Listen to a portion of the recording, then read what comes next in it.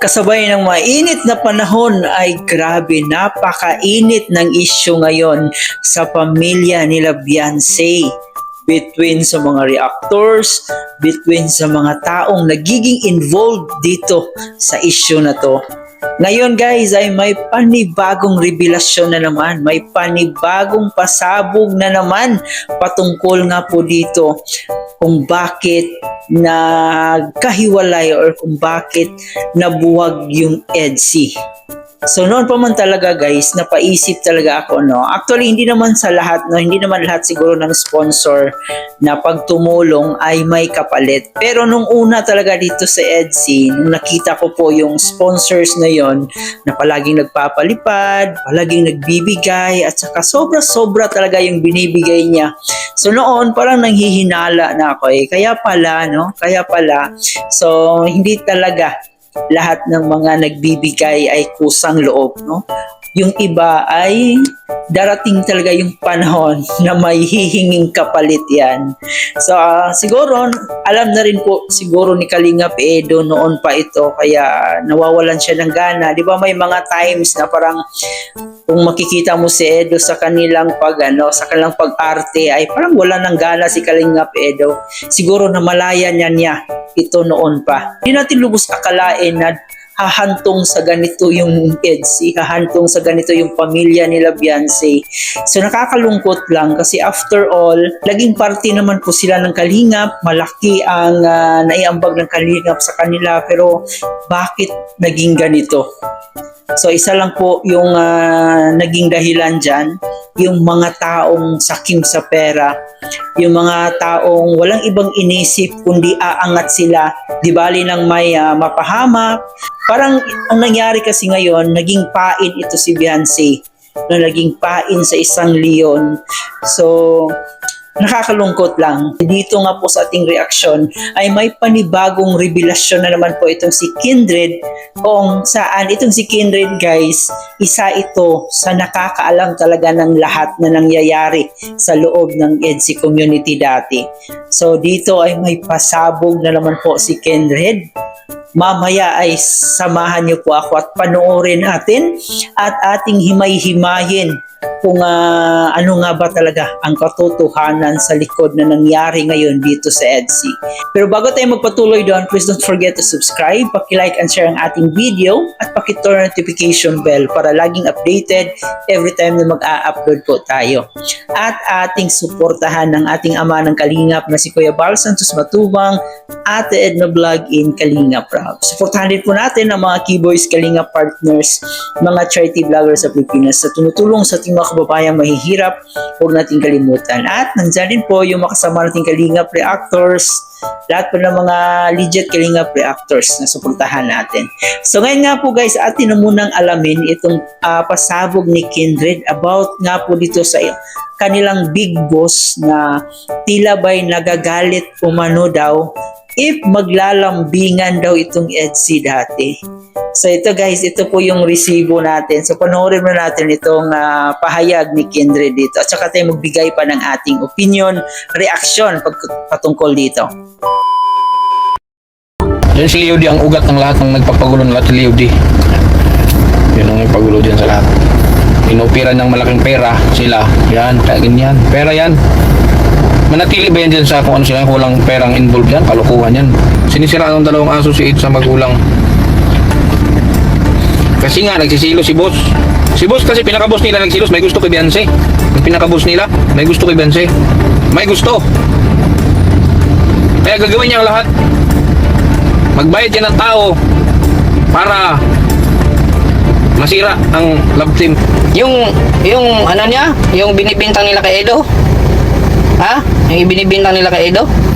Gawain ni Ricky yan eh. Ha? May resibo kaya ako diyan. Ha? May resibo kayo pangharas ni Ricky, pangmamanyak na may resibo kaya ako diyan. Baka gusto niyo ako maghayag. Ha? Ihayag ko kaya yan. Pangmamanyak niya. Manyak yang siking niyo eh. Ipinahid niya kay Edo. Ngayon, kung totoo man nagkamanyakan sila kung ano man, anong problema eh? Magjowa naman sila. Ha? Magjowa naman sila. Anong problema kung magmanyakan sila, kung maghalikan sila? Magjowa sila. Ha? Ha? Anong problema? Sige. May problema ba kung maghalikan sila, Edo? Magjuwa sila eh. Kung si Vicky ipatulpo nila, eh okay pa ako doon. Pero kung si Kuya Bal ipatulpo nila, nasisira na ang ulo nila. Yun ang totoo. Sira ang ulo nila. Kung si Kuya Bal ipatulpo nila. Ako na nagsasabi, may mga sira ang ulo nila. Ang dapat gawin ni Leo, di ipagamot sila. Oh, yun ang totoo. Ha? Ang gawin ni Leo, di sponsor na lang sila at ipagamot at may mga sira na sila sa ulo. Ganun lang yun. Mga baser, sabihin mo dyan sa boss mo, yung mga baser na yan, hindi mo yun mapipigilan. Hindi ikaw may utak. Parang ikaw, hindi kita madiktahan. Kasi baser ka. Madidiktahan ba kita? Hindi kita madidiktahan. Yan ang, suotin mo yung sapatos ng ibang tao para alam mo. Paano kita madidiktahan? I-baser ka. Sige nga. Tapos sabi mo, pinapalapa. Anong magagawa mo? Naka-public yan, naka-open yan. Opinion nila yun. Hindi yung pinapalapa. May sira ang ulo mo. Pareho kayo ng amo mo, pati yung boss nyo, pinaka-boss nyo, pareho kayo, may mga sira ang ulo nila. Paano pinapalapa? Kontrolado mo ba yung mga basher? Ikaw ba ang may hawak ng mga utak nila? Hindi. Ang kitin ng utak mo, Bram. Dami account ka na nga, wala ka pang utak, pastilan. Pinapalapa. Paano pinapalapa?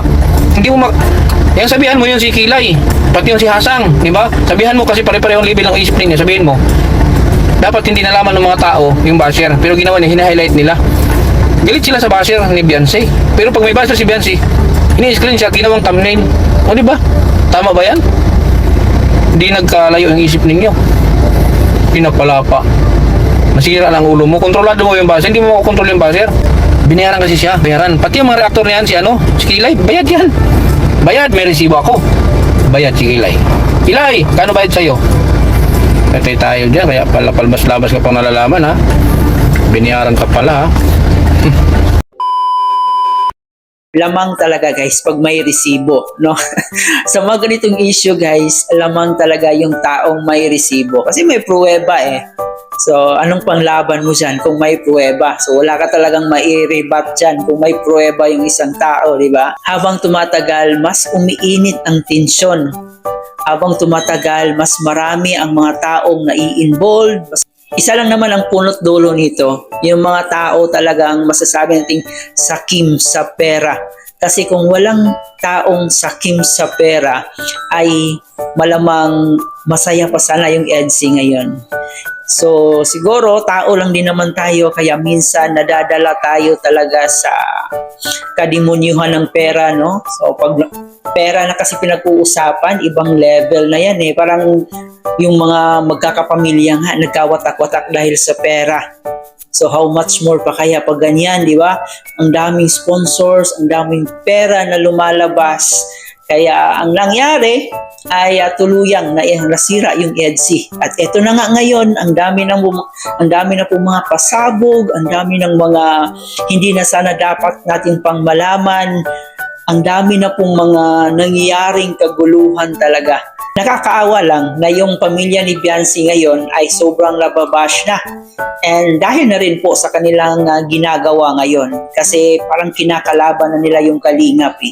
Kung tutusin, yung Kalingap yung nakapag-discover sa kanila, yung Kalingap yung nagiging daan kung bakit nila naranasan yung ganitong klaseng buhay ngayon. Although hindi naman po perfecto yung Kalingap, no? Hindi lahat, wala naman pong perfecto eh. Pero sana ay kahit pa paano, kung aalis man sila sa Kalingap, sana ay hindi na lang sana sila nagbitaw pa ng mga salita, hindi na lang sana kinalaban nila yung Kalingap, kasi alam naman po nila na marami talaga ang mambabasya kanila if ever na lalaban sila doon sa Kalingap, diba? So sana umalis na lang ng maayos at tahimik. May mga tao din kasing nagsusulsul sa kanila. Kaya ang nangyari ngayon, parang mas lumala, mas umiinit yung tensyon. May mga naririnig tayo na may magpapatulpo, at saka yung nanay naman ni Beyonce, parang marami na rin sinasabi sa social media. So hindi natin alam kung sino na yung nagsasabi ng totoo. Iba talaga guys pag pera na yung pinag-uusapan. Sabi nga nila, money is the root of evil talaga. walang pamilya-pamilya pagdating sa pera. Kaya pala nung mga 90s episode na ng EDSI, parang nawawala na ng gana si Kalingap Edo na umarte. And siguro nakikita na niya kung ano talaga yung patutunguhan sa kanilang pag-love team. Sabi nga ni Kinre dito, anong pakialam nila kung maglabing-labing yung dalawa na mag-shota naman daw ito. Kaya pala, may nagagalit na big boss daw nila umano. And alam ko naman na alam niyo na po kung sino yung tinutukoy nating big boss. Bahala na si Biancy kung gusto niyang gawin yung bagay na yan. Nasa kanya naman, desisyon naman po niya yan eh. Wala na po tayong magagawa dyan. Pero sana ay tumahimik na lang po sila. Huwag na po sana silang kakalabanin pa nila yung Kalingap kasi hindi talaga sila titigilan. Especially yung mga reactors. Yan po yung mga hinahabol ng reactors ngayon, magka-views. Kaya sana ay manahimik na lang sila. At kung nagkamali man sila, ay humingi sila ng pasensya dito sa Kalingap. Kayo ba guys, kung kayo ang tatanungin patungkol sa nangyari ngayon, ano ang masasabi nyo sa isyong ito? I-comment nyo po dyan sa ating comment section. Once again, huwag kalimutan mag-like and share ng ating video at paki-turn notification bell para laging updated every time na mag-a-upload po tayo. Ito po yung host na si Chloe TV. Thank you for watching.